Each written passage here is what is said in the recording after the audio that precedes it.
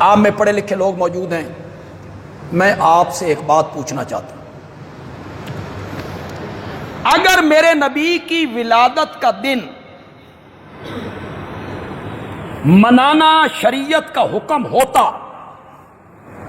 اور یہ بڑی عظمت کی بات ہوتی اور اس سے گناہ مٹتے ہوتے اور جنت اس بندے کے لیے لکھ دی گئی ہوتی، تو صحابہ کو میرے نبی کی ولادت کی تاریخ کی تحقیق کرنی چاہیے تھی کہ نہیں کرنی چاہیے تھی؟ بولو، کھوج لگانا چاہیے تھا کہ نہیں لگانا چاہیے؟ دن جو اتنا عظیم ہے، جس کے منانے والے کو جنت ملے، تو صحابہ کو چاہیے تھا نا کہ اس کا کھوج لگاتے، وہ لگا سکتے تھے۔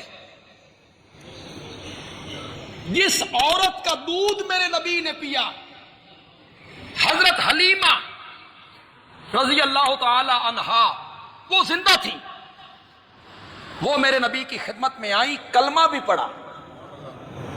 اس سے صحابہ پوچھتے، ماں جی آپ کس تاریخ کو آئی تھی؟ ولادت کے کتنے دن بعد آئی تھی؟ پوچھتے۔ میرے نبی کی پھوپھی حضرت صفیہ زندہ تھی رضی اللہ تعالی، صحابہ ان سے پوچھتے۔ ابو طالب زندہ تھے، میرے نبی کے چچا، صحابہ ان سے پوچھتے۔ ام ایمن، وہ میرے نبی کی والدہ کی لونڈی ہیں، حضرت آمنہ کی، اور جب آمنہ کا انتقال ہو رہا تھا وہ اپنے ماپے گئی تھی، واپسی پہ ان کا انتقال ہو گیا رستے میں، تو حضرت آمنہ نے ام ایمن کو کہا تھا میرا یہ بیٹا اسے حفاظت کے ساتھ لے جانا اور اس کے دادا عبد المطلب کے سپرد کر۔ وہ ام ایمن زندہ تھی، میرے نبی کی وفات کے بعد بھی زندہ رہیں،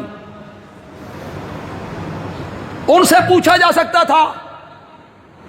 چلو یار پتہ نہ لگتا، حضرت حلیمہ کہتی میں نے یہ سمجھ کوئی نہیں، حضرت صفیہ کہتی میں نے یہ تحقیق کوئی نہیں، چلو پتہ نہ چلتا، اتنی بات تو ثابت کرو بھئی صحابہ کوشش تے کیتی ہے نا۔ آگے پتہ نہیں چلا، اس سے پوچھا ولادت کا تاریخ کیا تھی، تو بتا کیا تھی؟ اس کا دن کا منانا جو اتنا عظمت کی بات تھی بھائی، تو صحابہ پوچھ گوچھ کرتے، تحقیق کرتے، لوگوں سے پوچھتے، آگے پتہ نہ چلتا تو چلو خیر ہے، پوچھتے تھے صحیح نا، نہیں پوچھا، اور رب نے میرے نبی کی پیدائش کی تاریخ کو مخفی رکھ دیا۔ 2 ربیع الاول، 8، 9، 12، 17، اتنے قول، سوموار کے دن پیدا ہوئے، اس پہ اتفاق ہے۔ آج جب ہمارے علماء سے پوچھا جاتا ہے مختلف چینلوں پر صحابہ نے میلاد منایا تھا، یہ جلوس نکالا تھا، تو وہ کہتے ہیں خود نبی پاک منایا۔ دلیل کہ آپ سے پوچھا گیا آپ سوموار کو روزہ کیوں رکھتے ہیں؟ تو آپ نے فرمایا اس دن میں پیدا ہوا تھا، تو پیدائش پہ آپ نے روزہ رکھا ہر 8ویں دہاڑے۔ یہ تمہاری دلیل بنتی ہے؟ یہ تمہاری دلیل بنتی ہے؟ تم مناتے ہو سال کے بعد، اور میرے آقا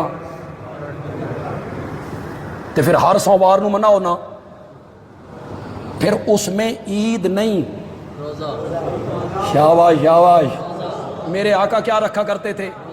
انہاں کیا سا اس دیہڑے دیگاں پکانیاں، سبیلاں لانیاں، رج کے کھانا۔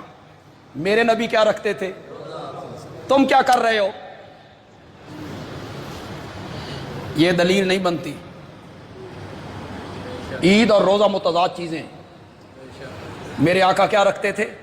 روزہ۔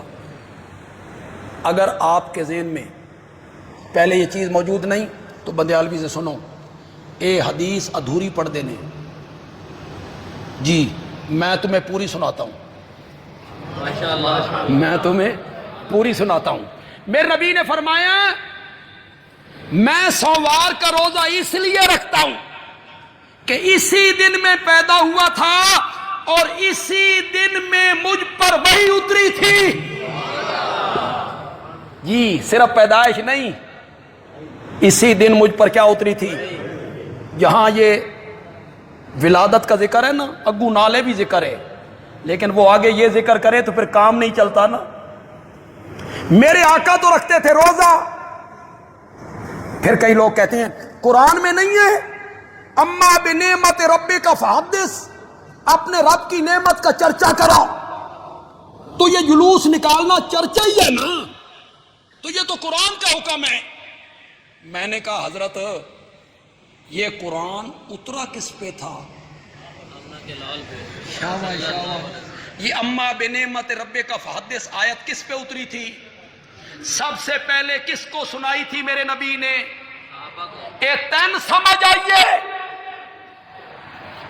اما بنعمت ربک کا مطلب یہ ہے بھائی جلوس نکالو، چرچا کرو۔ خود آقا کو بھی سمجھ نہیں آئی اور صحابہ کو بھی اس آیت کی سمجھ نہیں آئی۔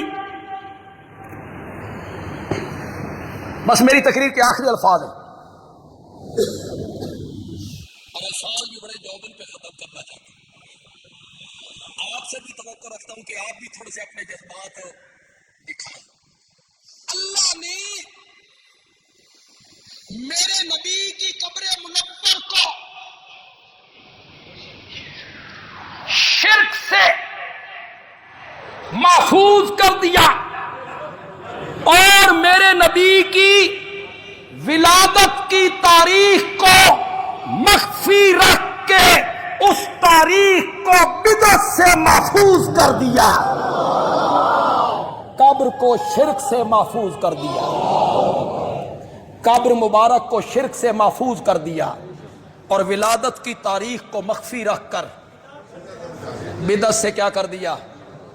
ہر وہ کام جو میرے آقا نے نہیں کیا، صحابہ نے نہیں کیا، آج اسے دین سمجھ کے کیا جائے گا تو وہ نیکی نہیں بنے گا۔ زور سے بولو، زور سے بولو۔ بدعت